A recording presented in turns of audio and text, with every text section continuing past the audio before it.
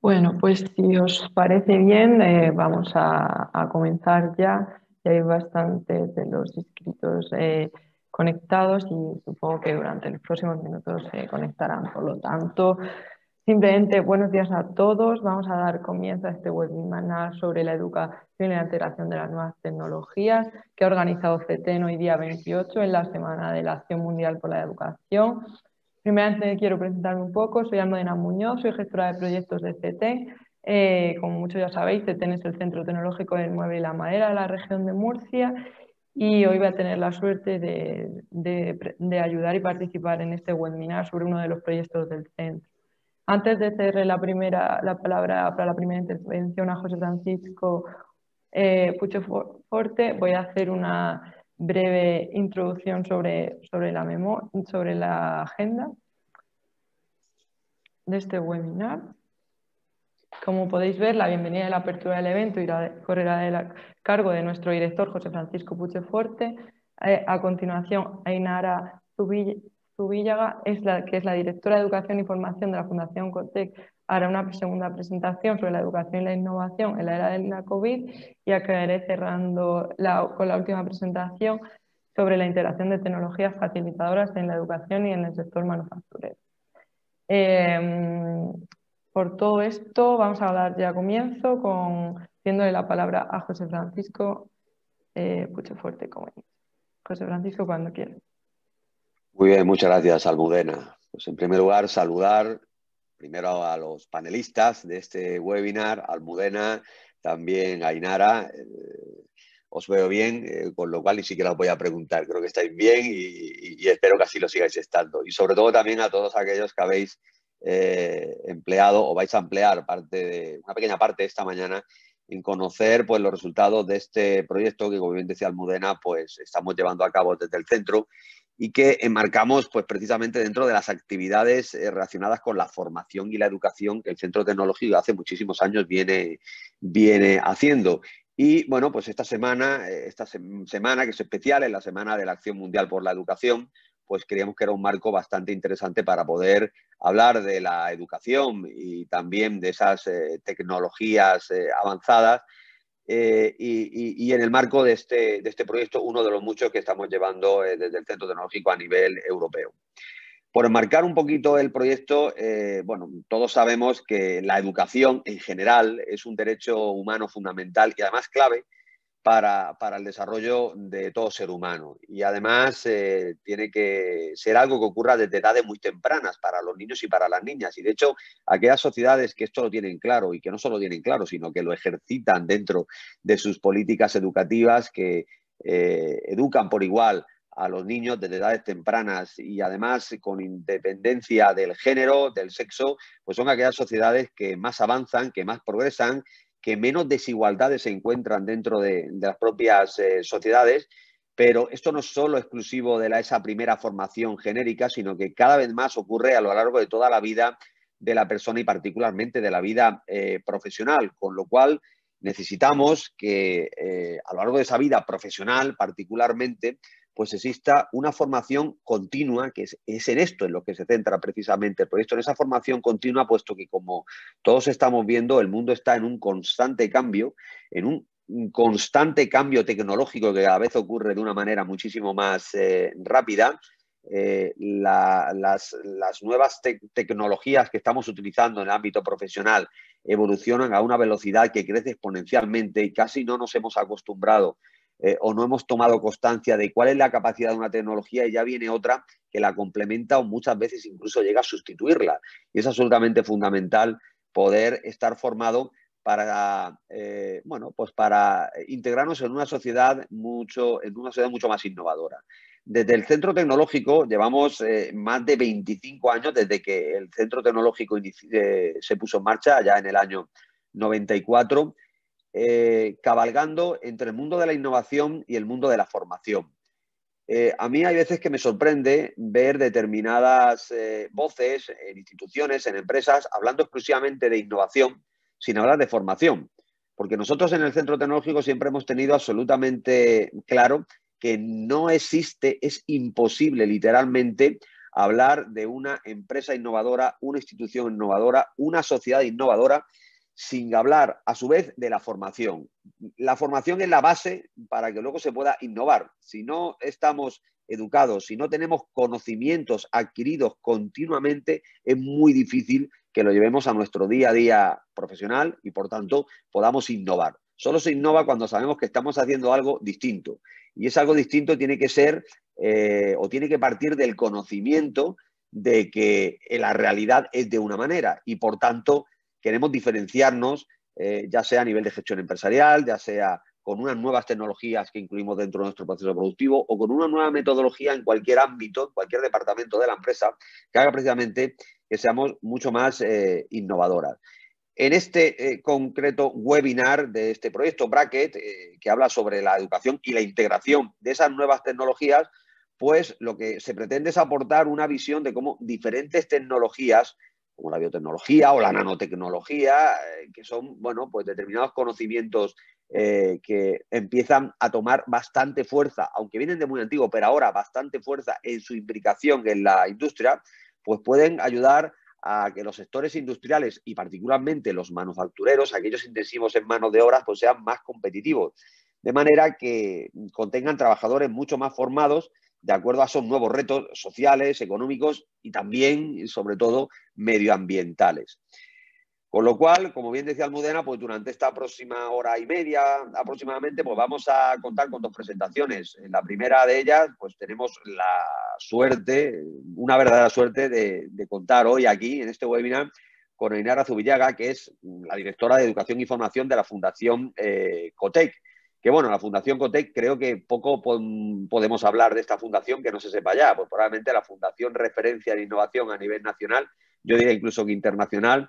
Cualquier persona que quiera saber algo de innovación debe de pasar sí o sí por la Fundación COTEC y particularmente por todas las actividades que realiza y por todos los manuales y todos los estudios que publica, que son, pues para mí particularmente, el manual de cabecera en el que fijarse a la hora de obtener datos en abundancia, datos útiles y, sobre todo, y recalco esto, datos veraces. Creo que la capacidad de trabajo y la independencia de esta fundación le ha dotado por méritos absolutamente propios de una credibilidad que quizás en estos tiempos otras instituciones no tienen. Y sin embargo, la Fundación COTEC pues, es una de las fundaciones, como digo, referente para todos.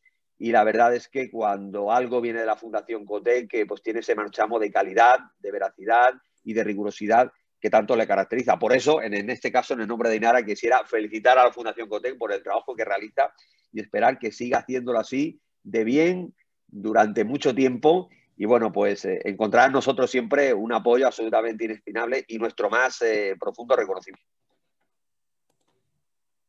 Ainara pues se encarga de promover e impulsar la innovación educativa integral, facilitando pues cambios sistemáticos en estos sistemas educativos, tanto formación reglada como formación continua directamente.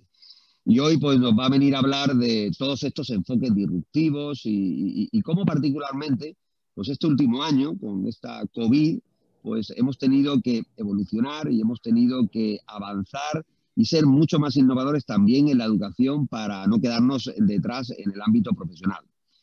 Continuamos luego con una segunda presentación, en este caso de Almudena Muñoz, que es una de nuestras gestoras, grandes gestoras de proyectos de I+D con gran experiencia. Y bueno, pues lleva trabajando con nosotros desde el año 2015 y ha gestionado muchísimos proyectos, la inmensa mayoría de ámbito internacional y relacionados con tecnologías innovadoras y disruptivas, como por ejemplo poliuretanos sin isocianatos, como por ejemplo nuevas herramientas de verificación en ecotecnologías, revalorización de residuos y muy particularmente con todo aquello que tiene que ver con sostenibilidad ambiental y esta ya archiconocida economía circular, que ahora lo que nos falta es ponerla realmente de manifiesto en todas las empresas y que no solo hablemos de las bondades de la economía circular, sino que lo hablemos desde la práctica, desde la experiencia, que sería lo ideal para el medio ambiente. Ella, Almudena, se va a centrar en hablar pues, en profundidad acerca de este proyecto, ¿no? De la integración de las tecnologías facilitadoras tanto en la educación como en los sectores industriales, particularmente en los manufactureros, en aquellos que son intensivos en mano de obra, como ocurre, por ejemplo, con el sector del mueble. Lo que va a hacer es realmente presentar los resultados de este proyecto, el proyecto Bracket, en el que CETEN, junto a 6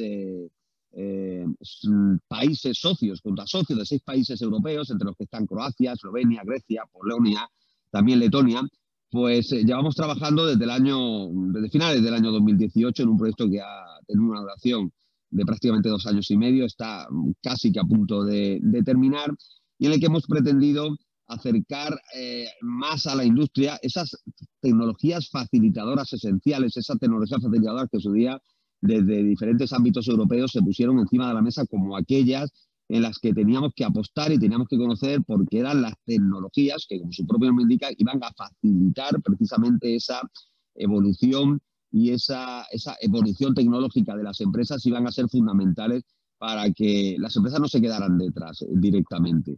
Esto lo vamos a hacer a través de ese material formativo innovador que ya está disponible en una plataforma online, MOOC, que yo creo que todo el mundo conoce, esa plataforma masiva de cursos abiertos, y está en todos los idiomas de los países que participan en el consorcio y también en inglés, y que consta realmente de 5 módulos principales. El primero es una introducción a las tecnologías facilitadoras esenciales. ¿Qué es esto de estas tecnologías facilitadoras y por qué surgen? Y luego nos hemos centrado, como acuerdo del consorcio, en aquellas que están más ligadas a estos sectores industriales manufactureros. Y hemos hablado de nanotecnología, qué es esto, cómo evoluciona, cómo se puede realmente utilizar para beneficio de este tipo de sectores industriales, también en la biotecnología y en materiales avanzados. Finalmente, un último módulo que es cómo se puede innovar, seguir innovando incluso en estas tecnologías esenciales, que evidentemente hace unos años, cuando empezó a hablarse de ellas, pues estaban en un estado tecnológico determinado. Después de unos años han evolucionado y lo seguirán haciendo, con lo cual tenemos que ser capaces de estar centrados en cómo dentro de estas tecnologías facilitadoras también se está innovando y se está llegando a obtener resultados tecnológicos que hace unos años eran inviables tecnológicamente o inviables desde el punto de vista económico, y ahora pues con el paso del tiempo pues ya están disponibles para el sector, en este caso industrial, particularmente manufacturero.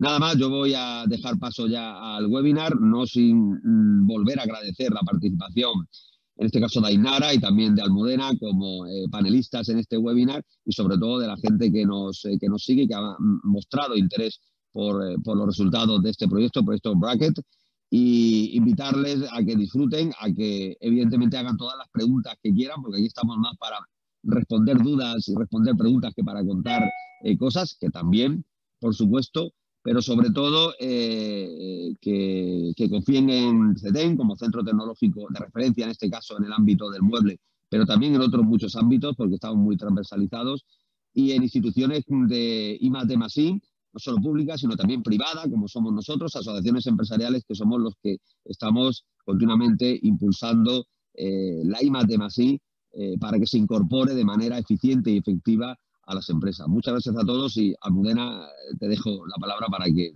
lleves el webinar. Muchas gracias a todos. Muchas gracias, José Francisco, por esta excelente introducción. Como tú ya bien has dicho, la siguiente presentación, o la primera en este caso, sería de Ainara Zubillaga. Como tú has dicho, es la directora de Educación y Formación de la Fundación COTED, que es una organización sin ánimo de lucro que promueve la innovación, el desarrollo social. Estamos muy contentos de que Ainara haya podido participar y tenga disponibilidad pese a su apretada agenda. Y simplemente apuntar de Ainara, que tiene una trayectoria estrechamente ligada a la innovación educativa, a la investigación y a la docencia, debido a su fuerte creencia en la necesidad de fomentar la investigación. Hace muy poco, desde que empezó la COVID, ha hablado de todos los impactos que está teniendo la COVID, especialmente la educación, que es al que ella le repercute, y cómo hay centros que sí que están intentando innovar e intentar superar esta crisis, y qué pautas y claves educativas deberían abordarse. Entonces, todo esto va a detallarlo ahora en su presentación. Ainara, por favor, cuando quiera. Hola, pues buenos días. Muchas gracias por la invitación y por las palabras de introducción que habéis dedicado a COTEC. De verdad, muchas gracias en nombre de COTEC. Bueno, yo quería compartir con vosotros, voy a compartir la pantalla, algunas reflexiones sobre... A ver, ahí. Algunas reflexiones sobre el binomio, ¿no?, de educación y de innovación y cómo este binomio ha jugado, se ha desarrollado un poco a partir de ese gran shock que todos hemos vivido, que ha sido la llegada, ¿no?, de la pandemia y la situación pues, que estamos viviendo ahora, ¿no? Yo voy a hacer referencia, cuando me oigáis hablar de escuela, que es una palabra que yo uso mucho, me gustaría que pensarais en el concepto de institución educativa en general, ¿vale? O sea, es cierto que lo que yo trabajo está más apegado, ¿no?, al sistema educativo escolar, pero yo creo que el conjunto de reflexiones que traigo aquí para compartir con todos son absolutamente aplicables a cualquier tipo de proceso educativo, de proceso de formación, a todas las edades, a todos los destinatarios y todos los perfiles de alumnos y de instituciones educativas, formales y no formales, ¿vale? Entonces, bueno, pues quería empezar haciendo, bueno, pues una breve reflexión sobre qué ocurrió en el momento en el que ahora mismo, hace algo más de un año, llegó la pandemia. Aquí en España sabemos que un poco la fecha clave, ¿no?, fue más o menos entre el 11 y el 13 de marzo, cerraron todas las escuelas, institutos, universidades. En todo el mundo se fue produciendo de manera paulatina a lo largo de las siguientes semanas, incluso meses. Hay zonas del mundo que aún siguen cerradas, por ejemplo Latinoamérica, y la verdad es que se produjo algo que nunca jamás en educación se había visto, que era como una especie de gran experimento mundial de educación. 100 millones de estudiantes, desde niños chiquititos hasta jóvenes, se vieron afectados por el cierre de toda institución educativa. Y la cuestión era, pues, ¿qué pasaba? ¿Qué pasaba cuando eso se ocurría, cuando se cerraban todas las instituciones? ¿Qué ocurría cuando se producía un proceso de virtualización masiva como el que se produjo esos meses? ¿Qué implicaciones tenía eso para el aprendizaje? ¿Qué ocurría con las transiciones educativas? Es decir, aquellos saltos de etapa, ¿no? Pues desde aquellos que están un poco más pautados y que tienen que ver con las pruebas, los rituales de acceso a la universidad. ¿Qué ocurría con todas esas pruebas? En España era la selectividad, pero había muchos sistemas de acceso a universidades en otros países. ¿Qué ocurría? ¿Qué impacto tenía esto a medio o largo plazo en términos de capital humano? En estas generaciones que han sufrido esto, ¿no? Y cómo eso va a impactar en su vida a medio o largo plazo y cómo esa formación de capital humano puede impactar en el desarrollo de un país a medio o largo plazo, y qué consecuencias había en términos de desigualdad, ¿no? Asistimos a, bueno, pues eso, yo creo que al mayor experimento educativo que se ha producido, con la mayor muestra que ningún investigador creo que podía pensar. Y lo que sí es cierto es que, bueno, ahora necesitamos un poquito de calma, necesitamos, yo creo, un poquito de reposo de todo lo que ha pasado. Empezarán a salir, yo tengo la sensación, ya ha habido algunos datos sobre el impacto, por ejemplo, en términos de pérdida de aprendizaje de los alumnos, que no son nada buenos, por cierto. Pero yo creo que el próximo año, y me atrevo a decir que algo más, vamos a asistir seguramente a una producción brutal de datos sobre los diferentes impactos que ha supuesto, ¿no?, que estos 100 millones de estudiantes y de jóvenes hayan sufrido el cierre de las instituciones educativas de las que formaban parte. Cuando se produjo ese cierre, también se produjo una visibilización de algo que estaba invisible, algo que era conocido, yo creo, por la gente que trabajábamos en el sector educativo, pero que no era tan visible para los demás. Y eso que se visibilizó fue la desigualdad. lo primero que todo el mundo vio es que cuando el único soporte del proceso educativo era la tecnología, no todos los alumnos tenían acceso a tecnología en las mismas condiciones y de la misma manera. Y a esto me refiero, hablaremos ahora de las distintas brechas, pero tanto en términos de dispositivos como en términos de conectividad. Sin embargo, lo represento aquí con una pirámide porque a mí me parece que la brecha digital, que es lo primero que se vio y de lo primero que se habló y se sigue hablando, y de hecho las actuaciones o gran parte de las medidas que se están tomando desde la política pública durante este curso están muy vinculadas con el intento de cierre o de reducción de esa brecha digital, ¿no?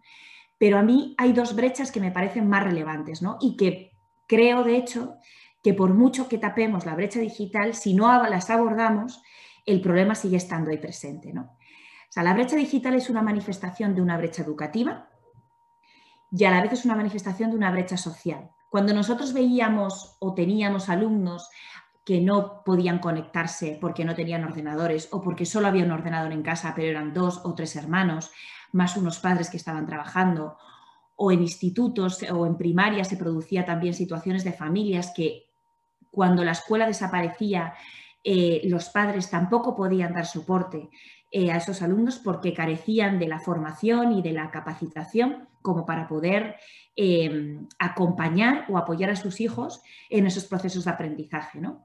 Lo que estábamos viendo ahí no era una brecha digital, lo que estábamos viendo ahí era una brecha de capacidad cultural, de capacidad formativa, de nivel formativo, de nivel educativo, y que se abría de una manera como si fuera una herida en carne viva, ¿no? Y visibilizaba al final pues esas desigualdades sociales que la pandemia pues ha agrandado en algunos casos, especialmente en aquellos colectivos más vulnerables. Y ya los primeros datos que antes comentaba, que ya están saliendo en términos de pérdida de aprendizaje, sí visibilizan un impacto significativamente mayor en aquellos alumnos pertenecientes a colectivos vulnerables. Y, por supuesto, visibiliza pues, una brecha social que bueno, pues se ha agrandado con esta situación y que incluso se ha tragado, ¿no?, a parte de la población que, digamos, no estaba en esos niveles que podemos considerar de exclusión o de vulnerabilidad social, ¿no? ¿Qué más cosas ha traído la pandemia? Bueno, ha traído efectivamente las brechas de las que estábamos hablando. Una triple brecha digital, que es lo que Fernández Enguita, el sociólogo, denomina la brecha de acceso, la brecha de uso y la brecha escolar. Es decir, si había alumnos que tenían o no tenían dispositivos y si tenían o no tenían conexión, si tenían o no tenían también espacios y tiempos adecuados en sus hogares para poder seguir y desarrollar procesos educativos. Una brecha de uso que tenía que ver con el tiempo de uso y calidad de los dispositivos. Tanto la brecha de acceso como la brecha de uso, si cogemos los datos de análisis de uno de los informes que lanzamos en COTEC sobre desigualdad, que partía del último informe PISA, veíamos que bueno, había una variable por encima de todas que incidía especialmente en la generación de brechas y era la variable socioeconómica. A menor nivel socioeconómico, mayor brecha de acceso y mayor brecha de uso, porque esta correlacionaba con un mayor tiempo de consumo excesivo de tecnologías y de conexión. Y por último estaba la brecha escolar, que es la brecha que de alguna manera era la más previsible, la que podíamos haber visto y sobre la que no estoy tan segura que no solamente, evidentemente no habíamos actuado sobre ella previo a la pandemia y tampoco tengo muy claro que estemos actuando ahora, pero esto lo dejo un poco para las reflexiones del final. ¿Qué más brechas ocurrieron? Bueno, pues ocurrió que también vimos una brecha entre sistema educativo y sociedad. Es decir, ¿qué pasaba cuando se paraba el sistema educativo normal? Y esto tiene muchísimo que ver con la parte del currículum, es decir, con lo que se está enseñando. Hay una brecha muy grande entre lo que ocurre dentro de la escuela, del sistema educativo, de las universidades y lo que ocurre fuera de la escuela, del sistema educativo y de las universidades. Hay algo que no termina de encajar entre sistema y mundo laboral y sociedad. Y bueno, pues nos dimos cuenta que había muchas cosas que en esta situación no se podían seguir aprendiendo de la misma manera Y sin embargo, este escenario el que nos vimos sometidos, también es cierto que nos llevó a aprender cosas que no teníamos previstas, ¿no? Por ejemplo, un impulso de las competencias digitales que hasta entonces creo que el sistema educativo nunca, jamás había vivido. Profesores de todos los niveles que incluso que no eran partidarios de encajar tecnología en su docencia, que eran muy reticentes a hacerlo.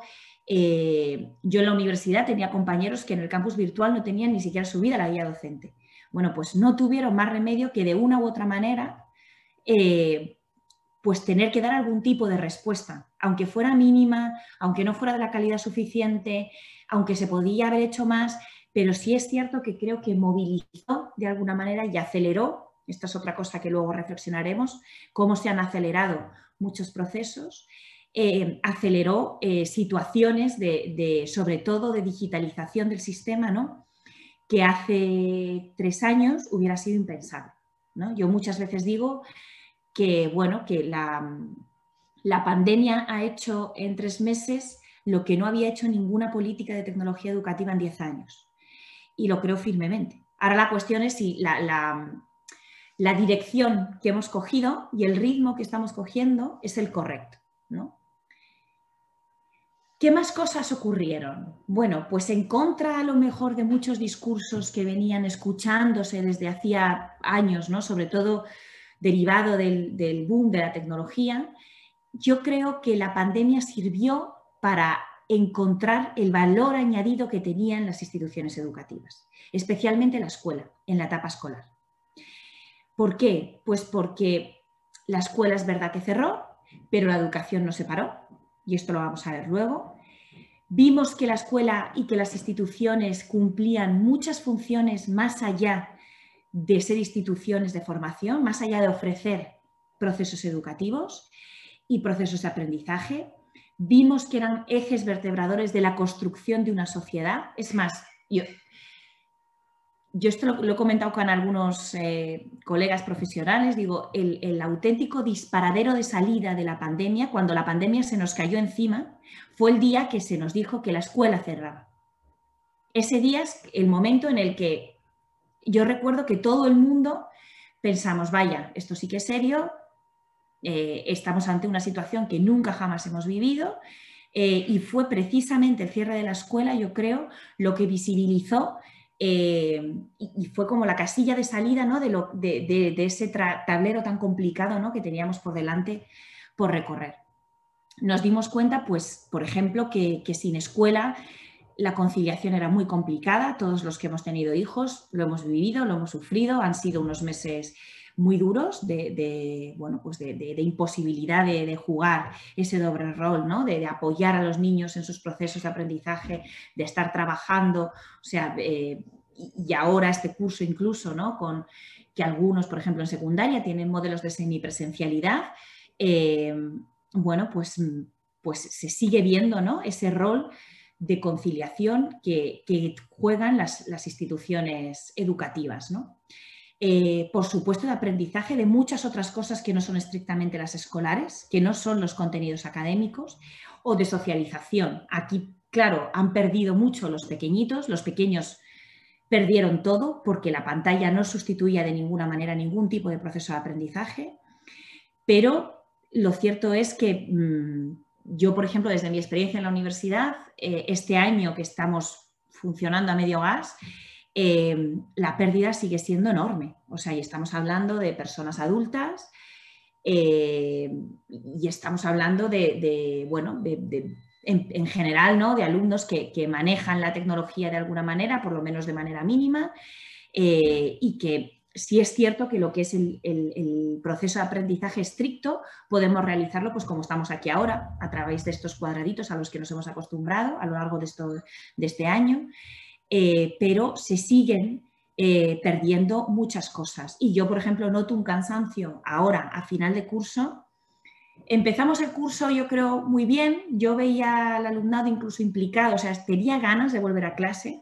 Más recuerdo que tenía una clase en el primer semestre los viernes por la tarde y venían todos los que les tocaba esa semana venir, que eso no me ha pasado nunca.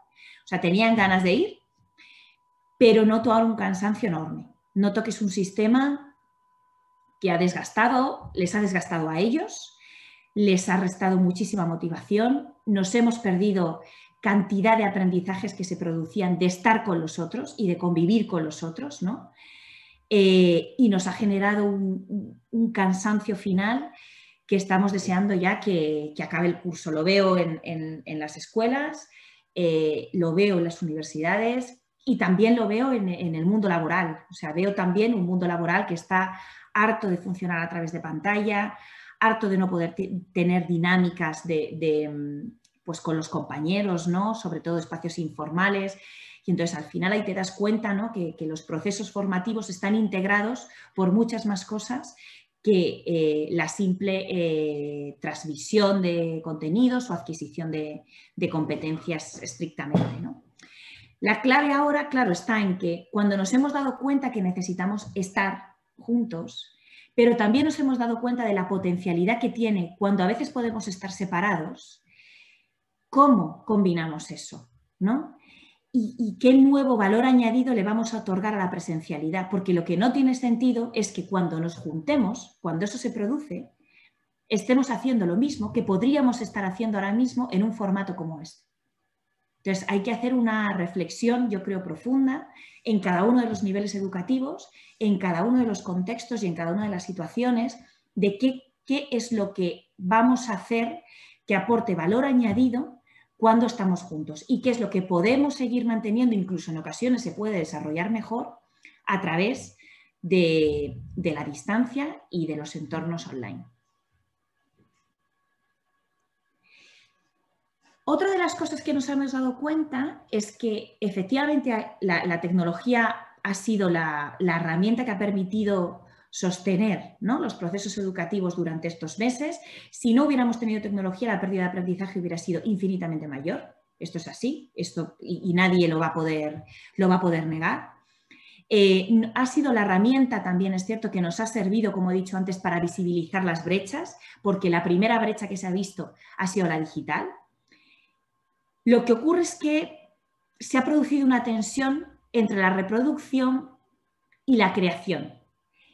Nos pilló de shock, o sea, las primeras 2 semanas el sistema educativo colapsó, igual que el sanitario, ¿no?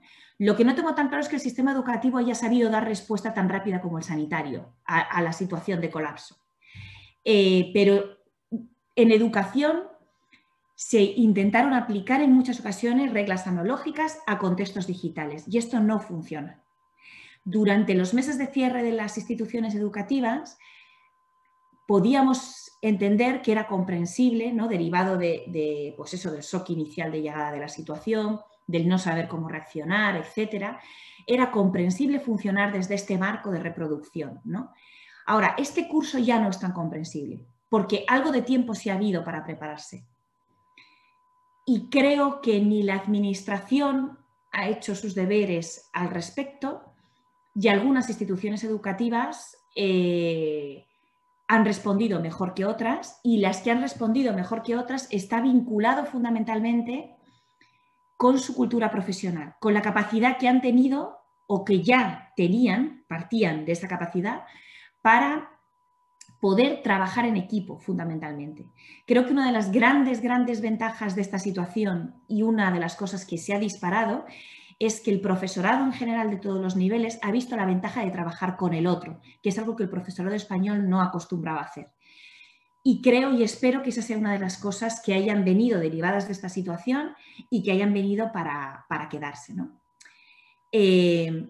Porque lo cierto es que hay cosas que no pueden hacerse a través de la pantalla. Hay cosas que es lo que nos hace humanos. No podemos a través de una pantalla estar con otros, ni aprender a convivir, ni aprender a gestionar conflictos, ni aprender a socializar. Es complicado a día de hoy. Yo no digo que la tecnología no permita desarrollar entornos que esto sea posible dentro de unos años, pero a día de hoy esto no es así. Y por otro lado, tampoco es posible hacer a través de la pantalla aquello que no pueden hacer las máquinas, aquello que es estrictamente humano, ¿no? Nosotros, por ejemplo, en COTEC lanzamos mucho el mensaje de que la llegada de la máquina de los robots, de la inteligencia artificial, del Big Data, todo esto que podemos denominar tecnologías emergentes y que entiendo que a veces están rodeadas de un discurso un poco apocalíptico, ¿no? De que van a robar el trabajo, etcétera, etcétera. Para nosotros no deja de ser una especie de oportunidad, lo llamamos de hecho innovar para un futuro más humano, porque va a permitirnos liberarnos de aquellas tareas, aquellas funciones que se pueden reproducir, como decía antes, que están muy vinculadas a la gestión de datos, al cálculo, que son repetitivas y que no requieren pues, de esas capacidades que tenéis ahí, que no requieren de empatía, que no requieren de colaboración, que no requieren de capacidad crítica, de flexibilidad, etcétera, que son cosas que creo que son estrictamente humanas, que nos diferencian de esas máquinas y sobre las que hemos aprendido en esta situación que las necesitamos seguramente más incluso de lo que pensábamos, y ahora es cuando hay que ponerlas en juego cuando estamos en los contextos presenciales, ¿no? Entonces, por lo tanto, sí es un triunfo de la tecnología, pero a su vez es un reconocimiento de sus limitaciones, creo yo, ¿no? Y ahora llega la hora de diseñar unas reglas del juego, ¿no? En esta interacción, en esta convivencia entre hombres y máquinas, ¿no? Que creo que pueden ser trazadas y definidas desde muchísima más realismo y objetividad. En general, lo decía al principio, lo que ha producido el COVID en educación es un proceso de aceleración de todo. No ha traído nada ni ha hecho nada que no estuviera ya sobre la mesa. Esto va por delante. O sea, no se ha producido nada que de alguna manera no fuera una variable, no fuera un elemento, no fuera un contexto que ya conocíamos, que ya habíamos analizado, sobre el que ya se había hablado, sobre el que ya se había alertado, etc. Ha acelerado lo bueno y también ha acelerado lo malo. Las costuras del sistema han saltado, ese test de estrés al que ha sido sometido el sistema educativo, nos ha permitido ver las costuras de manera mucho más visible, nos ha permitido ver un sistema muy lento para responder al imprevisto, con poca capacidad de adaptación, con poca capacidad de flexibilización, nos ha permitido ver un currículum llenísimo de contenidos y ahora, bueno, pues estamos asistiendo a una reforma curricular, ¿no? Nos ha permitido ver una digitalización del sistema educativo que estaba en pañales, nos ha permitido ver una escasa cultura profesional de la colaboración, ¿no? Y la cuestión, lo que ha marcado la diferencia, yo creo, entre los países, lo que ha marcado la diferencia entre los propios centros, entre las universidades, entre las empresas, ha sido cómo nos ha pillado. Si estábamos de alguna manera preparados para dar una respuesta y con qué capacidades contábamos, con qué capacidades institucionales, con qué capacidades tecnológicas, con qué capacidades profesionales, con qué capacidades digitales, con qué capacidades, tanto a nivel de organización como de personas, ¿no? Digamos desde las dos dimensiones. Y ahí es donde para mí se ha producido la segunda brecha escolar, la segunda brecha entre instituciones educativas. Porque, como he dicho antes, aquellas que contaban con una cultura de equipo, de proyecto compartido, después del shock inicial, a las 2 o 3 semanas ya estaban funcionando. Y este año ni os cuento cómo están funcionando.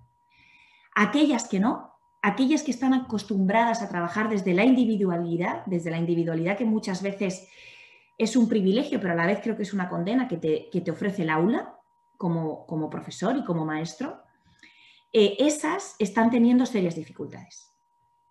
Entonces,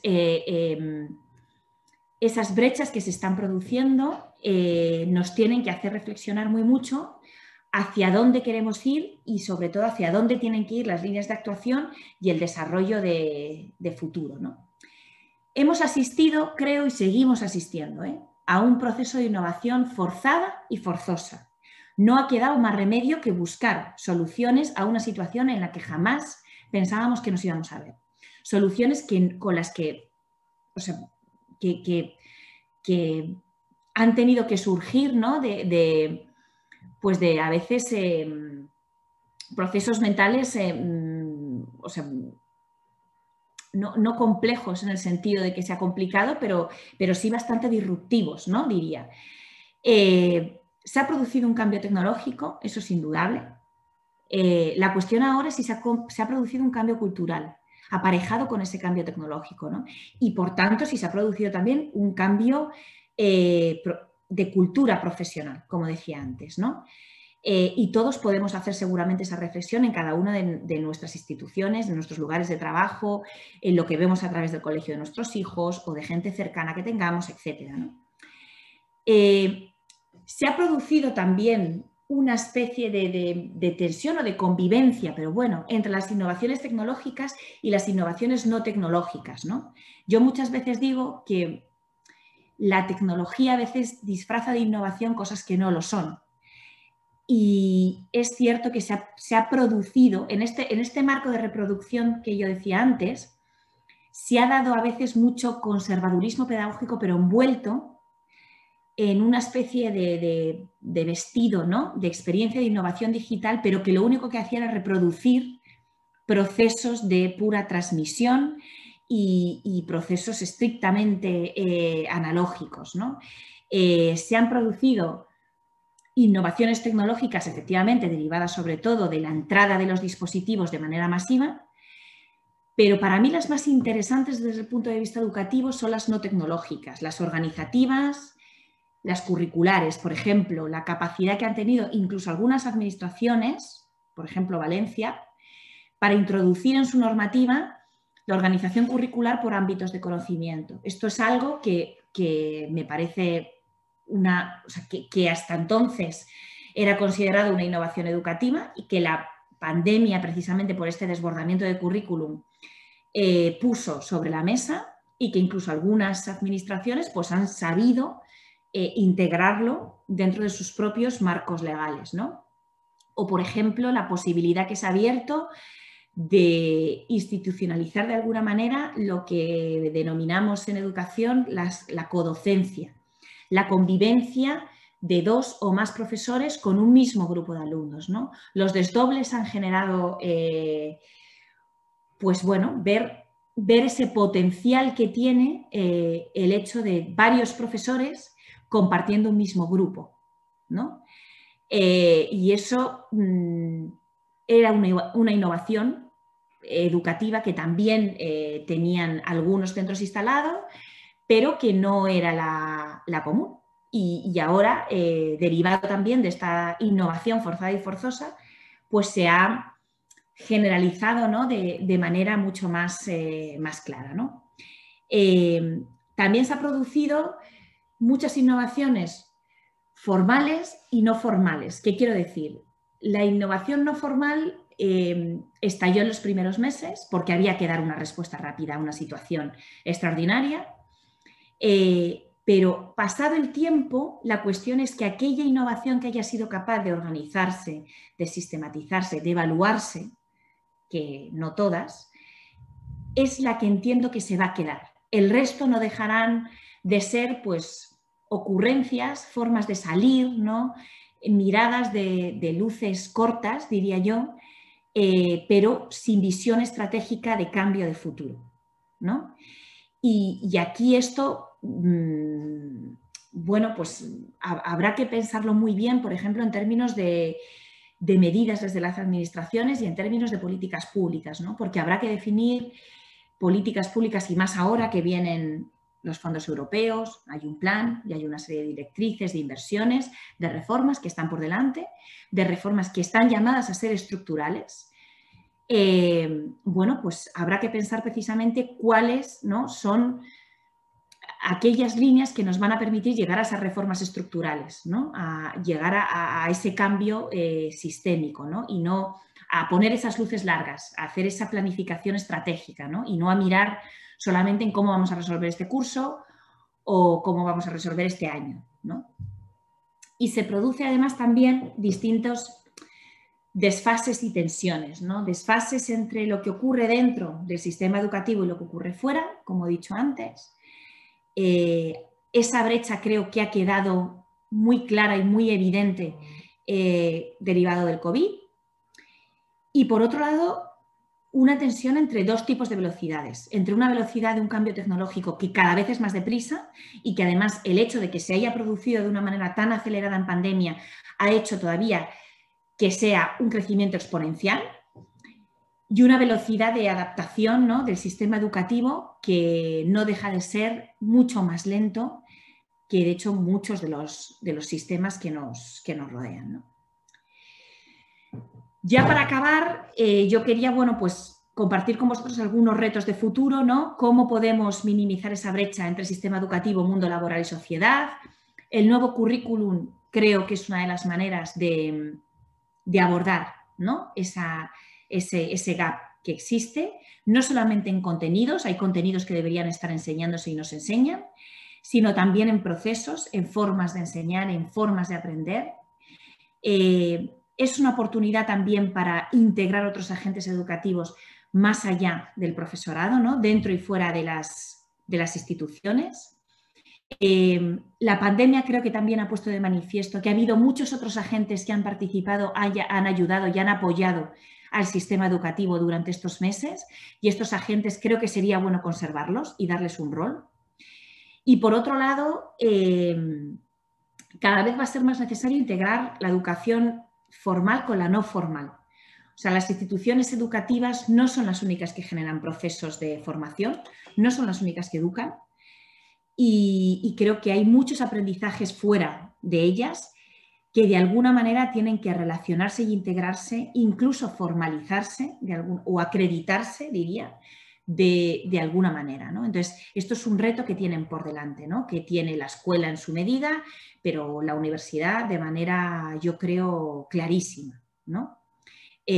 Porque además lo que se produce fuera se produce a una velocidad que la universidad, por ejemplo, no es capaz de responder, ¿no?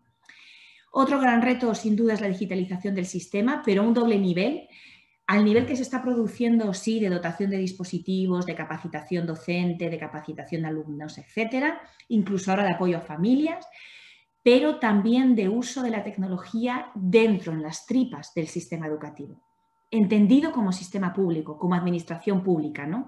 Y el rol que todo lo vinculado con el Big Data y la inteligencia artificial puede hacer en términos de recogida de información del sistema y luego toma de decisiones, de evaluación de políticas públicas y también en contextos de aula de personalización del aprendizaje, ¿no? Y por último, pues creo que vamos hacia contextos de aprendizaje híbridos, ¿no? Hay que hacer el salto de secuenciar actividades, que es una cosa que desde educación hacemos mucho. Se nos enseña a hacer unidades didácticas, programaciones, etcétera, es nuestra herramienta de trabajo, pero ha llegado el momento de pasar de secuenciar actividades, de elegir o seleccionar actividades, a diseñar experiencias, que es un concepto muchísimo más amplio, que incluye pues diferentes formas de utilizar el tiempo, procesos síncronos y asíncronos formativos. Esto es síncrono, pero esto se graba, puede verse en otro momento. Tiene mucho que ver también con, bueno, pues con la capacidad de aprendizaje autónomo, ese aprender a aprender, esa competencia. Diferentes formas de utilizar el espacio. Habrá momentos presenciales y habrá momentos a distancia. No todos los momentos a distancia tienen tampoco por qué ser online. Por eso pongo a distancia, que es diferente del online. Y también habrá diferentes interacciones, diferentes formas de interaccionar. La interacción por excelencia suele ser la del grupo de alumnos con el profesor, pero puede ser alumno con alumno, un alumno con un profesor, distintos profesores con distintos alumnos, distintos profesores con un alumno, pequeños grupos, grandes grupos. Bueno, pues toda esta diversidad de agrupamientos se va a mezclar a través de distintos espacios y a través de distintas formas de entender el tiempo para diseñar precisamente esas experiencias, ¿no?, que irán mucho más allá de la simple secuencia de actividades, ¿no? Y yo creo que con esto, bueno, pues si tenéis alguna pregunta, estoy a vuestra disposición. Y bueno, saber pues si quería pues eso, compartir con vosotros un poco las reflexiones que tengo de haber, digamos, visto, ¿no?, el impacto, ¿no?, que la llegada de la pandemia ha tenido en el sistema educativo y cómo ahora estamos empezando a levantar la cabeza, ¿no? Entonces, muchas gracias y a vuestra disposición si alguien quiere preguntar algo.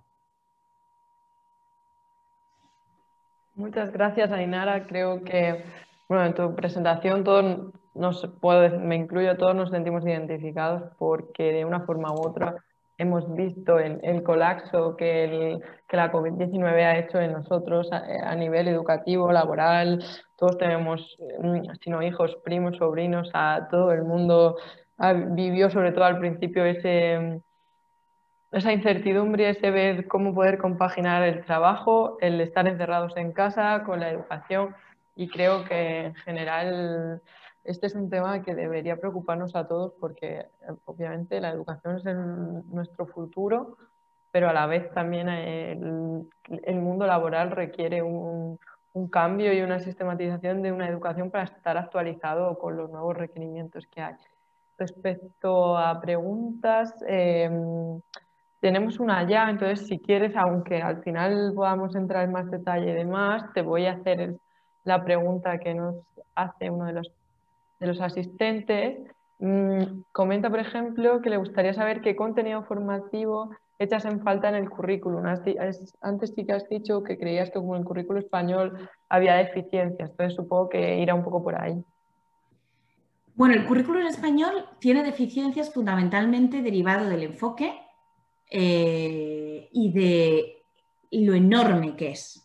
O sea, yo lo que he hecho en falta es cortar el currículum, ¿no? Dicho esto, sí creo que hay cosas que deberían estar y que ahora además yo creo que nos hemos dado cuenta en pandemia que eran necesarias desarrollar y que no están lo suficientemente integrados. Evidentemente la competencia digital es una de ellas, o sea, creo que el currículum tiene un problema en general para integrar todo lo que podemos denominar lenguajes emergentes. El digital es uno, pero hay más. Hay lenguajes visuales, audiovisuales, musicales, teatrales, narrativos, lenguajes corporales, lenguajes de datos, lenguajes científicos. Creo que tiene un problema para incorporar eso. No está presente en contenido y tampoco está presente en procesos. Y luego creo que le falta capacidad para poder desarrollar el trabajo autónomo, que creo que es algo que hemos notado mucho, ¿no?, en estos meses, ¿no? Si está diseñado para que pueda tener lugar un aprendizaje, un proceso de aprendizaje lo más autónomo posible, ¿no? Y ahí pues me parece que también ha habido costuras que han reventado, ¿no? Sí, creo que tienes toda la razón. Bueno, al final creo que sí que ha habido muchas ventajas, pero por lo que decías de que esto ha sido muy rápido, un cambio muy rápido, pero aún queda mucho que hacer por el camino realmente para que este cambio sea un cambio sistémico que se quede ya en el sistema educativo y en todas las organizaciones, tanto a nivel más político como a nivel de los diferentes organismos que participan en la educación. Aunque hay alguna que otra pregunta más, vamos a seguir con la ponencia y después ya abordamos en la parte final todas las preguntas que vaya, ¿vale? Por tanto, simplemente darte las gracias de nuevo por tu presentación y ahora vamos a entrar de lleno en la última presentación, que será la que haré yo, una servidora, que más para presentar el proyecto Bracket que nuestro director José Francisco ha indicado anteriormente. Vale, vamos allá.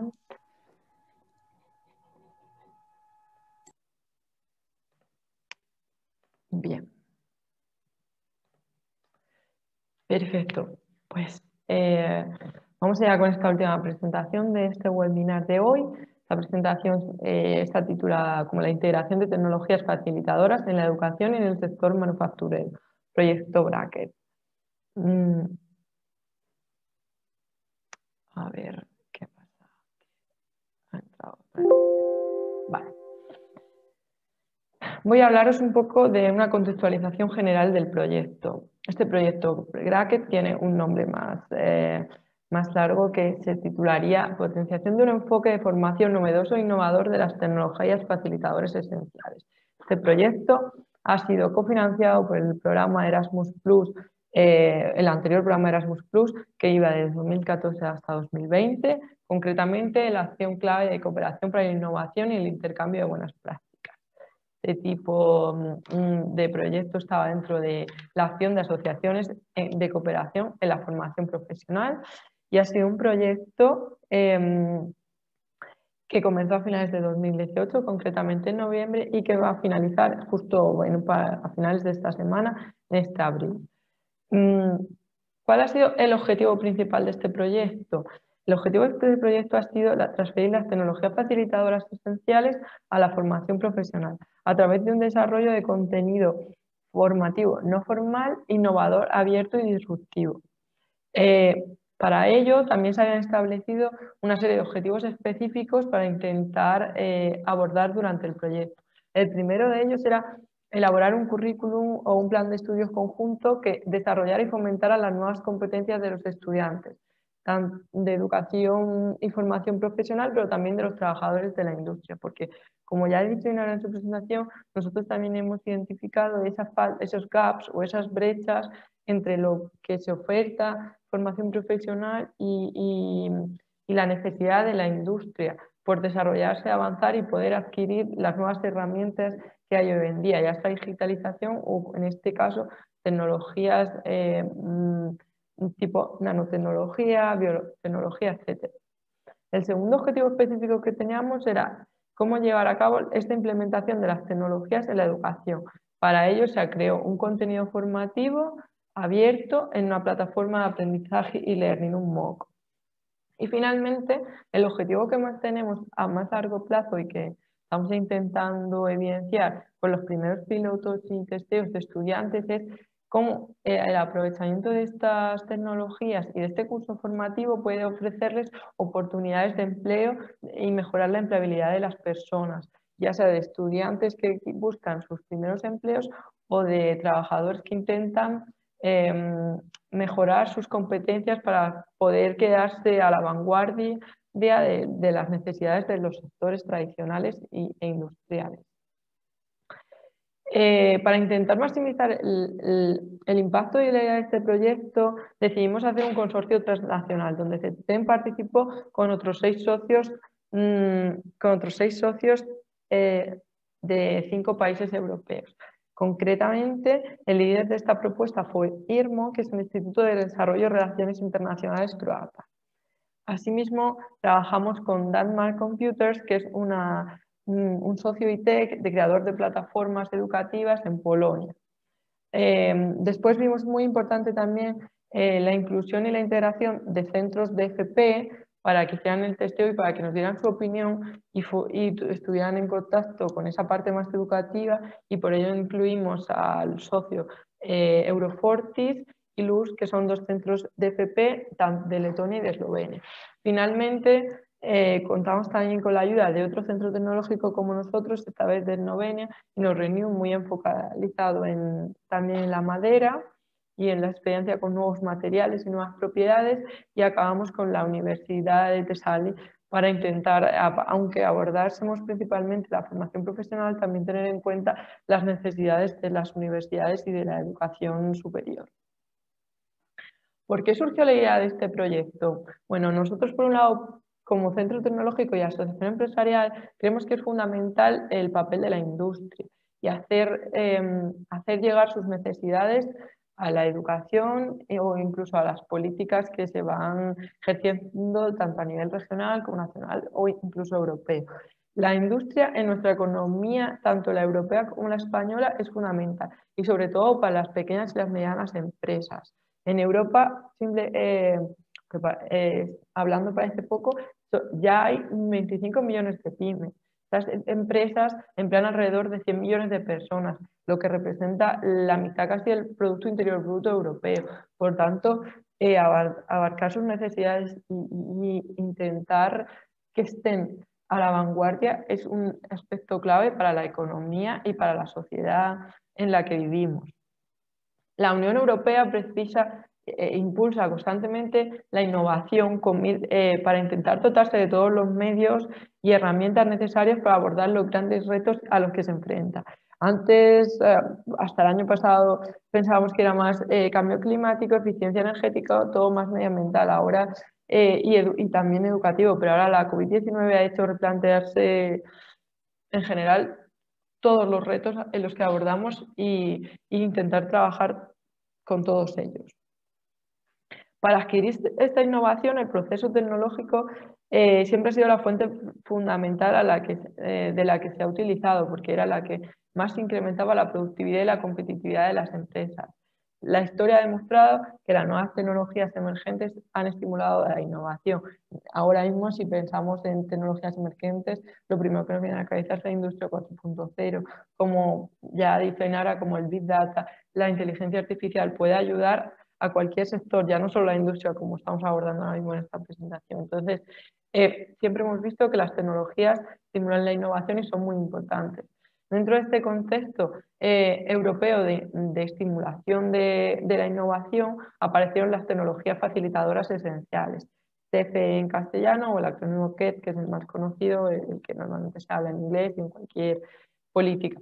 Este tipo de tecnologías son las que proporcionan elementos tecnológicos indispensables para intentar crear y desarrollar nuevos materiales, productos, procesos y servicios de un mayor valor añadido a los que tenemos actualmente. La Comisión Europea definió 7 tecnologías clave: nanotecnología, materiales avanzados, tecnologías de fabricación avanzada, fotónica, biotecnología industrial, microelectrónica y nanotecnología. Y por último, las tecnologías de la información y la comunicación, las TIC. Desde el proyecto Bracket, el consorcio decidió, por una parte debido a su know-how y por otro por el tiempo reducido que se tenía, en centrarse solo en 3. Las 3 de las que hablaremos ahora, porque están incluidas en el proyecto, son la nanotecnología, la biotecnología y los materiales avanzados. Simplemente, antes de entrar de lleno en el proyecto, una breve introducción de qué es cada una de estas tecnologías o desde qué punto las abordamos. Pensando con la nanotecnología, como sabemos, es un campo emergente, como bien indica su nombre, para trabajar a escala de tamaño muy pequeña. De una forma más científica, podríamos decir que la nanotecnología es la ciencia que opera a nivel de nanoescala y que combina diferentes técnicas y métodos, los cuales permiten trabajar y manipular las estructuras moleculares y los átomos, tanto a nivel físico como químico o biológico.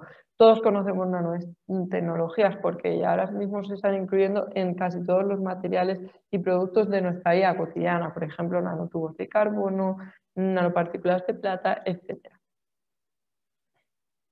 Respecto a la biotecnología es un campo científico que se centra en combinar diferentes ciencias como la microbiología, la bioquímica, la biología celular, para trabajar con células vivas en la producción industrial de nuevas moléculas de origen biológico. La biotecnología desde hace unos años aquí está siendo muy utilizada, no solo a nivel industrial, también sanitario, terapéutico, y todo el mundo también sé que probablemente ya conocía este término. Finalmente hablaremos de los materiales avanzados. Aunque los materiales avanzados abarcan un gran dominio en campos de materiales, ya sean metales, polímeros sintéticos, materiales cerámicos, en general lo que queríamos destacar de los materiales avanzados es que son nuevos materiales que presentan nuevas estructuras innovadoras a nivel interno y que además exhiben, debido a ello, propiedades vanguardistas y de alto valor añadido a nivel químico, pero también comercial. Teniendo esto en cuenta, el proyecto Bracket quería determinar y analizar cuáles eran las habilidades y las competencias que requería la industria y los estudiantes de formación profesional para poder asimilar todos estos nuevos conceptos. Para ello, se realizó un análisis de las necesidades generales de la formación profesional en los 6 países del consorcio: España, Grecia, Croacia, Letonia, Polonia y Eslovenia. Asimismo, se llevó a cabo una segunda parte la realización de 140 encuestas para analizar la importancia de las habilidades transversales, así como de las 3 tecnologías facilitadoras que englobaba el proyecto, tanto en la actualidad como en el futuro, además de ahondar en qué grado de experiencia tenían las organizaciones encuestadas y sobre todo la opinión que también tenían sobre la oferta educativa, para intentar eliminar ese gap que hemos dicho anteriormente entre lo que se oferta actualmente y lo que necesita la industria. Los resultados mostraron como conclusión general que no existe contenido disponible sobre estas tecnologías facilitadoras en formación profesional. Si bien es cierto que a nivel de formación formal hay universidades que sí ofertan ya sean másteres específicos, por ejemplo, en nanotecnología o asignaturas dentro de la carrera de biología que aborden biotecnología, nanotecnología, etc. También evidenciamos cómo asociaciones o centros de investigación podían proveer cierta información en cursos no formales sobre estas tecnologías, pero a nivel de formación profesional sigue existiendo una brecha y esta es la brecha que nosotros queremos cubrir. A nivel de los 140 encuestados que he mencionado anteriormente, todos valoraron fundamentales y absolutamente esenciales las habilidades transversales, tanto ahora como en el futuro, y que la oferta formativa que había sobre eso era bastante moderada. Hemos hablado mucho de innovación, de emprendedurismo en esta conferencia y en otras, pero realmente hay una necesidad de un contenido formativo específico que pudiera aplicarse a diferentes grados formativos para tanto estudiantes como trabajadores. Respecto a los resultados ya específicos de las 3 tecnologías facilitadoras que abarcamos, podemos decir que en nanotecnología y biotecnología se percibían ambas tecnologías como relevantes, tanto en la actualidad como en el futuro. De hecho, cada vez veían que en el futuro van a ser más esenciales integrarlas tanto en conocimientos como ponerlas en práctica. Sin embargo, ahora mismo en la actualidad todas estas organizaciones tienen conocimientos limitados, igual que piensan que la formación que hay actualmente es muy limitada. Respecto a materiales avanzados, los resultados fueron un poco más positivos. Se pensaba y se percibía como relevantes actualmente y absolutamente esenciales los conocimientos sobre esta tecnología. Las empresas actualmente tienen un poco más de conocimiento sobre materiales avanzados, pero siguen evidenciando esa carencia de formación para poder avanzar y poder hacerlo aplicable a sus diferentes cores profesionales. Toda esta información se evidenció y se ha recopilado en un informe llamado Estudio Clave de las necesidades de la formación profesional con vistas a las tecnologías facilitadoras esenciales. Este informe está completo en inglés y un breve resumen de la información más importante en las diferentes lenguas del consorcio. Lo podéis encontrar en la página web del proyecto, así como también en el link de esta presentación.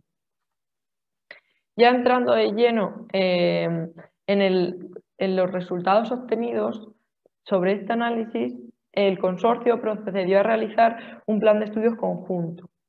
Con este plan de estudios, después de analizar todas las necesidades, así como las habilidades que requerían los estudiantes, finalmente se creó un curso de 5 unidades.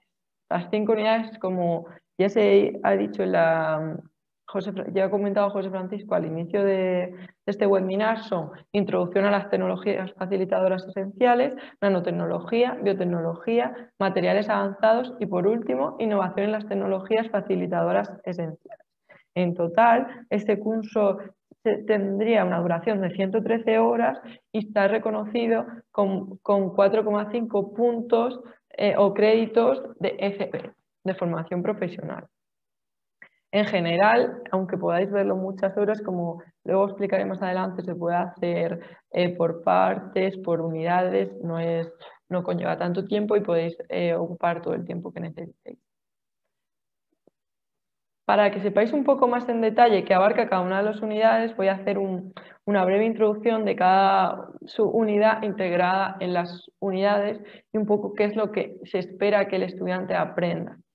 Concretamente, empezando por la unidad 1, introducción a las tecnologías facilitadoras esenciales, tenemos 3 unidades: Industria 4.0, tecnologías facilitadoras esenciales y desarrollo sostenible. Una vez que los estudiantes terminen con este curso, tendrán ya un conocimiento sobre los conceptos de la Industria 4.0, cómo han evolucionado estas tecnologías, qué componentes tienen según los sectores, cómo está actualmente esa hibridación entre el mundo físico y digital, qué carencias hay y qué pueden aportar las tecnologías facilitadoras esenciales en su industria y en las agrupaciones empresariales.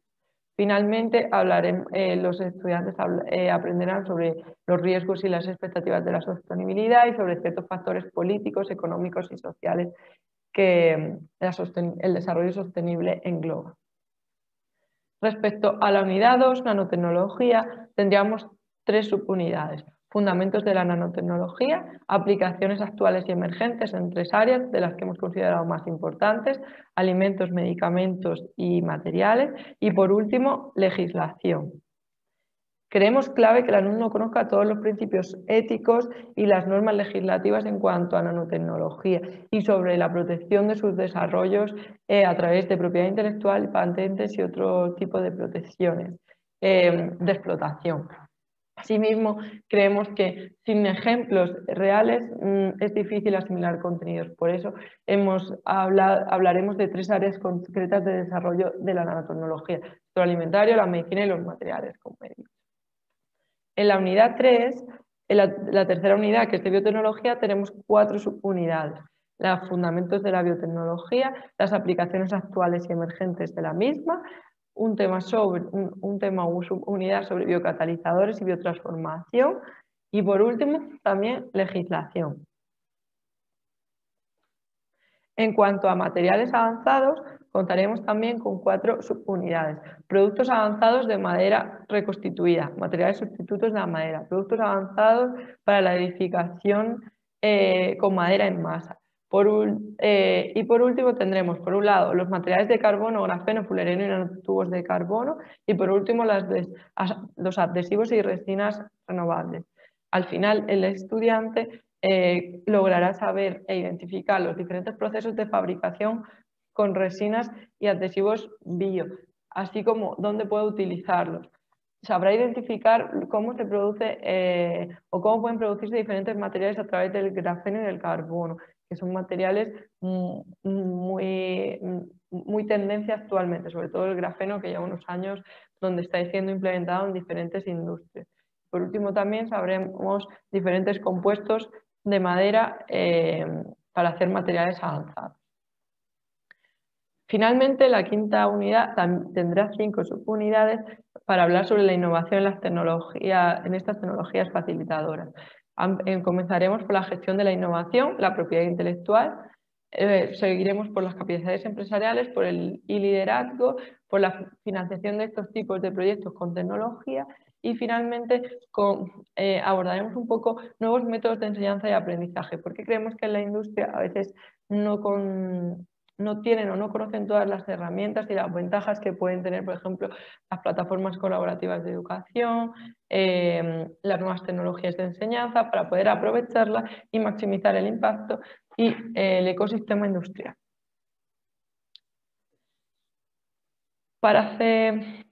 Una vez que ya hemos definido las 5 unidades, vamos a hablar un poco del curso. ¿Cómo se estructura el curso? ¿Qué lleva el curso? El curso del proyecto Braques es un curso totalmente gratuito y online.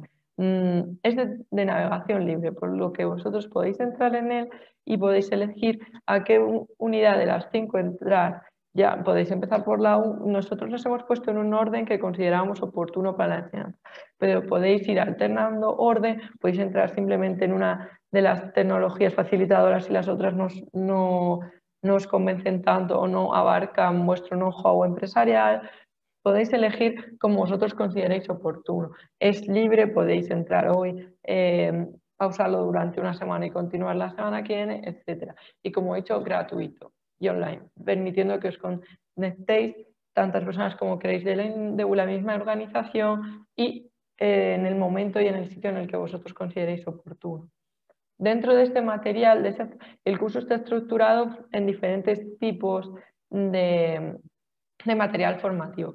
Por un lado tendremos manuales en PDF donde se explica en detalle toda la información en cada subunidad de todo el contenido y aprendizaje que hemos mencionado, y por otro tendremos unas presentaciones más visuales e innovadoras que resumirán brevemente todo ese contenido formativo, simplemente para hacerlo más visual, y si alguien prefiere ahondar menos con este tipo de material sería suficiente.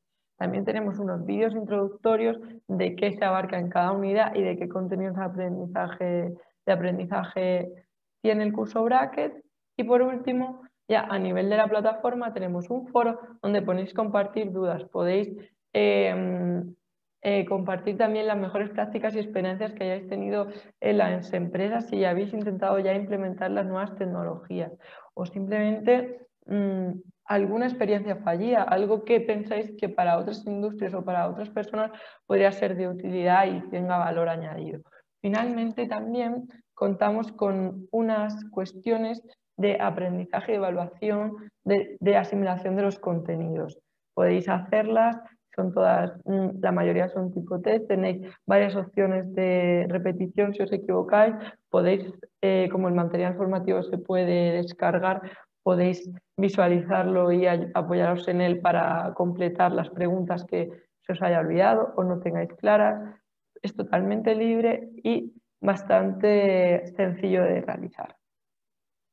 ¿A quién está dirigido? Como he dicho desde el principio, tenemos como dos vertientes. Por un lado, a los profesores y estudiantes de formación profesional que quieran integrar estas tecnologías en sus ofertas educativas y para los profesores y para los estudiantes en su conocimiento y en todo lo que están aprendiendo.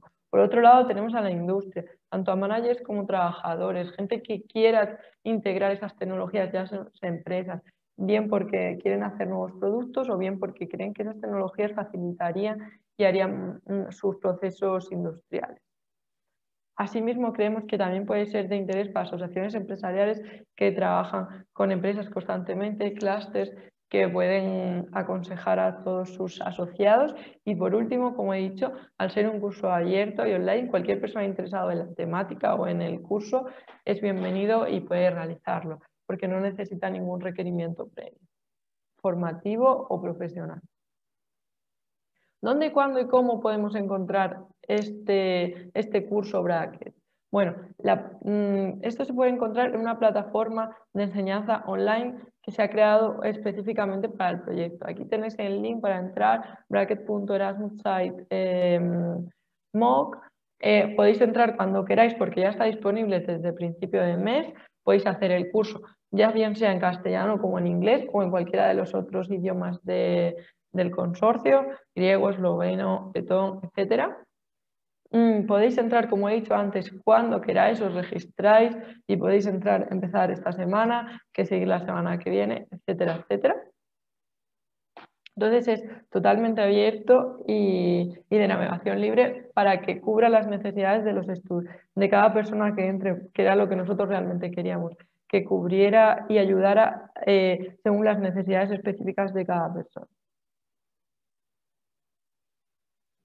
Conforme vaya, ahora comentaros, como he dicho al principio, que este curso está acreditado, os obtiene un certificado. Podéis obtener certificados cuando vaya acabando cada unidad, porque tenéis unas preguntas de evaluación. Entonces, por ejemplo, este es un ejemplo de un curso, de un certificado con mi nombre, donde se indicaría que en este caso habéis completado la unidad 1 con el porcentaje de acierto del test o de evaluación y luego los créditos según qué unidad sea. Si bien no queréis obtener los certificados por unidad porque vais a hacer el curso completo, podéis ir al final del todo, donde podéis encontrar una evaluación global donde incluya preguntas de las 5 unidades para obtener el certificado general del curso Bracket. Y ya, para ir concluyendo esta presentación, si queréis más información del proyecto, solo tenéis que visitar la página web del proyecto o las redes sociales del mismo. Concretamente hay Facebook y LinkedIn. también podéis visitar la página web de cualquiera de los 7 socios que conformamos el consorcio para obtener más información del proyecto o para hacer cualquier duda que tengáis al respecto. Ya más en el caso de CT, aquí tenéis mi email, que soy la gestora de este proyecto, entonces cualquier duda que no se quede solventada durante este webinar o simplemente una vez que entréis a la plataforma, si queréis realizar el curso, no dudéis en poneros en contacto conmigo para que yo os ayudaré en cualquier consulta o duda que tengáis. Sin más, agradeceros vuestro tiempo y vuestra atención en esta presentación. Vamos a ir directamente a la ronda de preguntas para Ainara y para mí, o para José Francisco si hay alguna en este momento. Vale, aquí hay una pregunta para Ainara. A nivel universitario, ¿cómo consideran los sistemas de evaluación durante el curso pasado y durante este?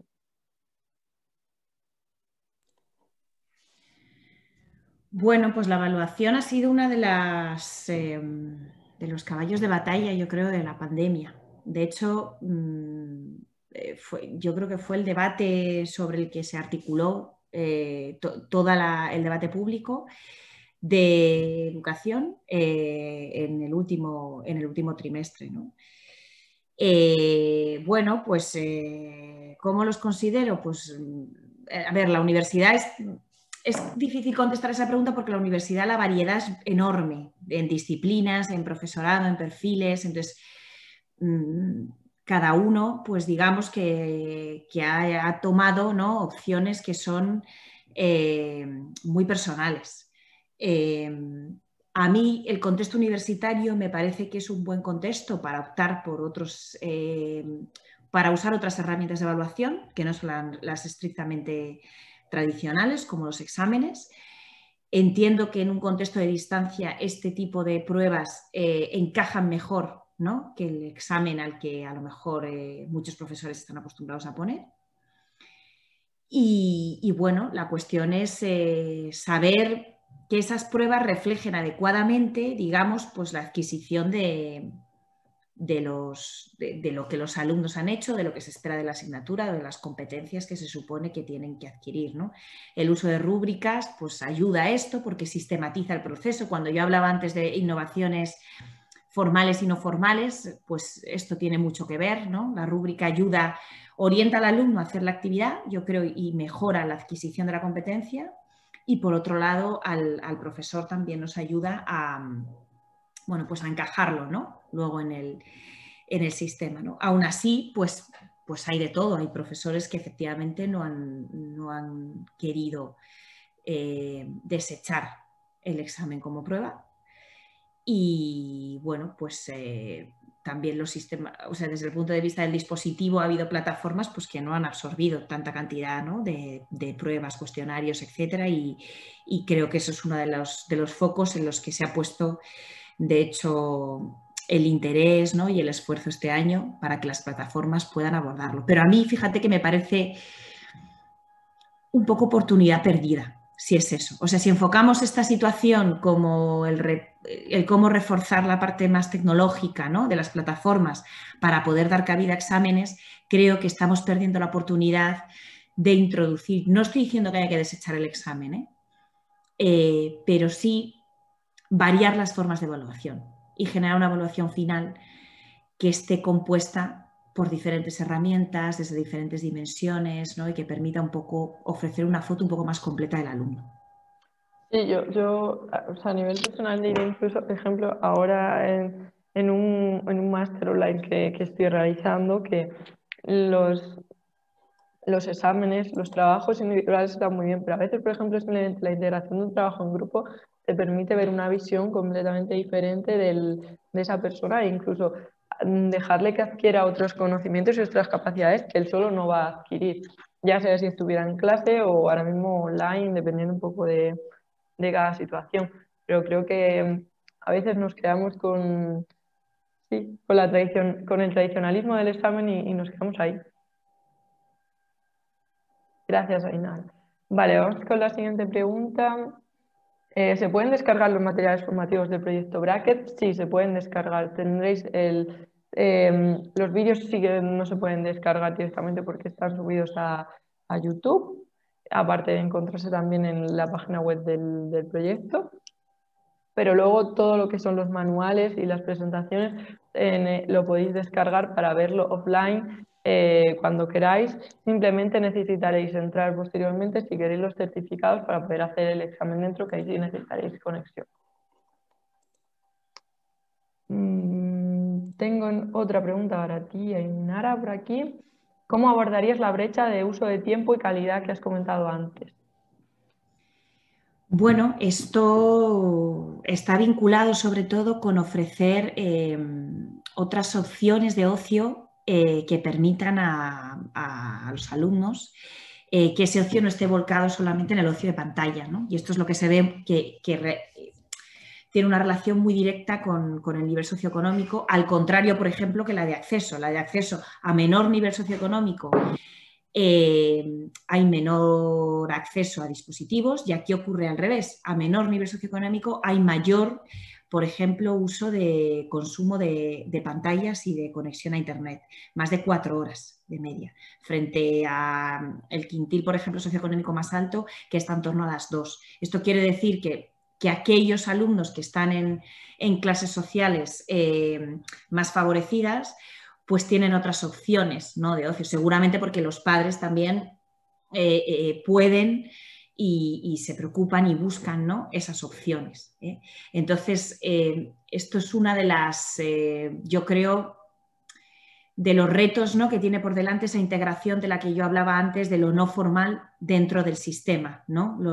Toda la estructura de la educación no formal tiene muchas cosas que ofrecer, en términos también de ocio y de adquisición de competencias que no son las estrictamente académicas, sí que están ahí, ¿no? Hay experiencias, por ejemplo, en Cataluña, hay un piloto que está ahora mismo desarrollándose en 15 ayuntamientos aproximadamente, de una cosa que llaman parecido a pasaporte de aprendizaje, algo así, que lo que hace es reconocer todas esas competencias y esos aprendizajes que tienen los alumnos fuera de la escuela, pero que recogen pues desde las habilidades blandas o otras competencias digitales, etcétera, y que se hacen a través de organizaciones, ayuntamientos, etcétera, ¿no? Y entonces han creado una especie de sistema de credenciales de eso, y luego eso está en relación con la escuela de los barrios y bueno, pues al final generan una especie de oferta, ¿no?, que combina la parte de qué pueden hacer los niños cuando salen del colegio y se enfrentan a esa brecha de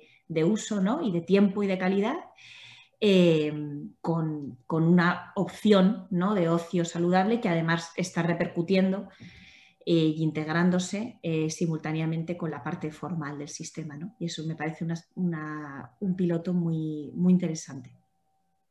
En línea esta pregunta de las capacidades transversales, las habilidades transversales, nos pregunta sobre esa integración también en el curso Bracket. Vale. El curso Bracket consideraba que las tecnologías facilitadoras son necesarias para la industria, pero como he dicho antes, creemos que hay un problema de trabajar y fomentar la innovación en la industria y en sus trabajadores. Entonces, hemos hablado del desarrollo sostenible, de métodos de aprendizaje, incluso de la protección intelectual, porque creemos que es muy importante en los nuevos desarrollos. Entonces, se abarca también esas capacidades transversales porque consideramos fundamental. Al final, la industria en general se evidencia que sabe hacer muy bien el producto manufacturado al que está acostumbrado. Si es una empresa del mueble, sabe hacer muy bien el mueble, pero cuando hay algún problema o alguna resiliencia, como está pasando actualmente, le fallan esas técnicas transversales, esa innovación, esas capacidades para intentar hacer el cambio.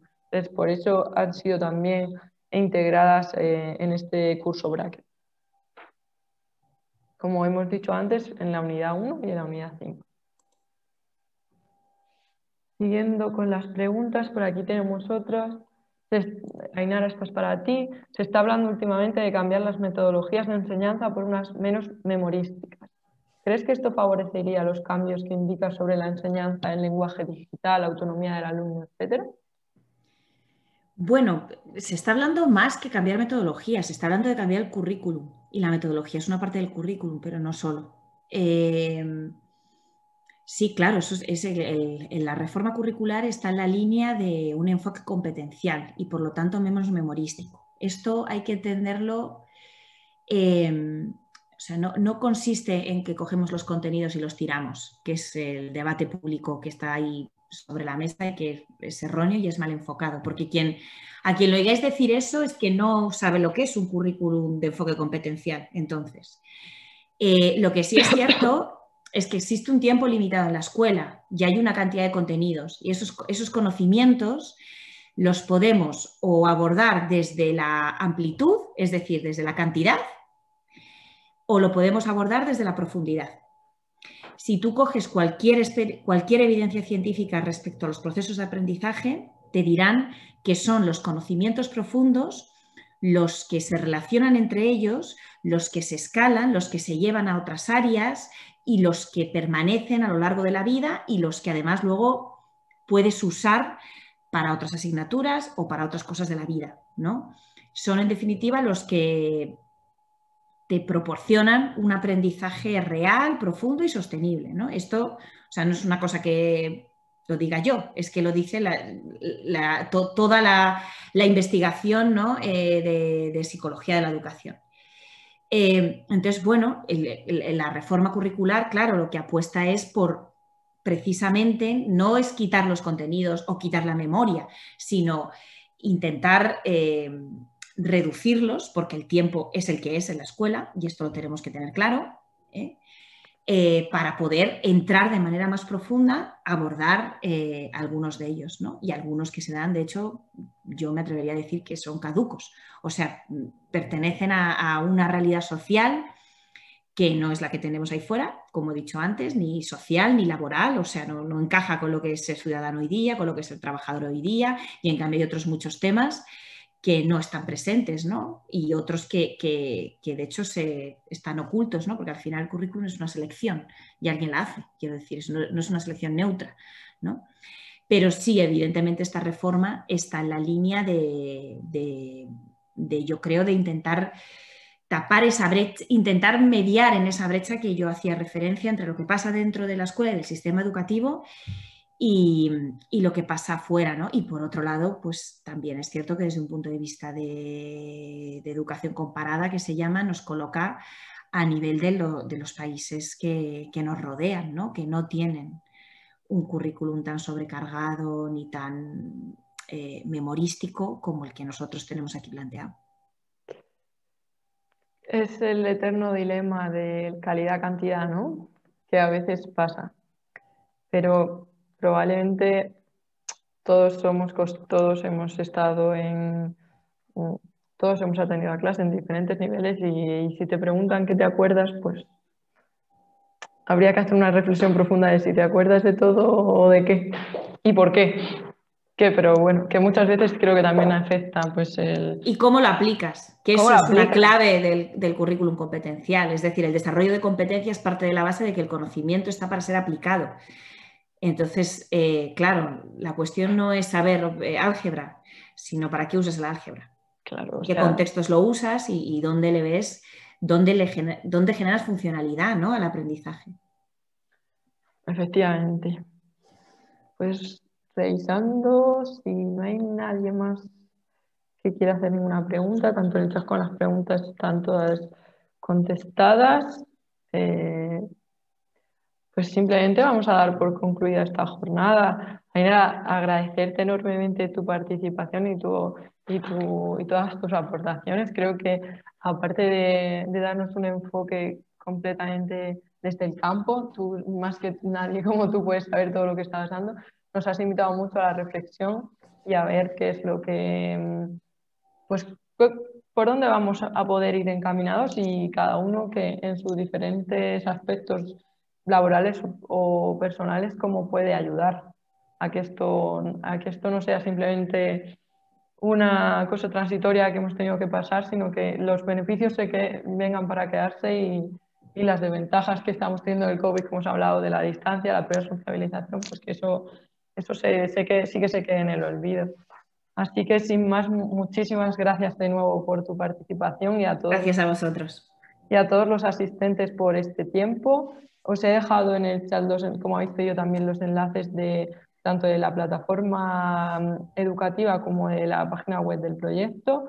Sabéis que estamos a vuestra disposición, tanto Inara como yo, para cualquier pregunta. Y simplemente gracias de nuevo por todo vuestro tiempo y por asistir a este evento. Que tengáis un feliz día y que acabéis muy bien la semana a todos.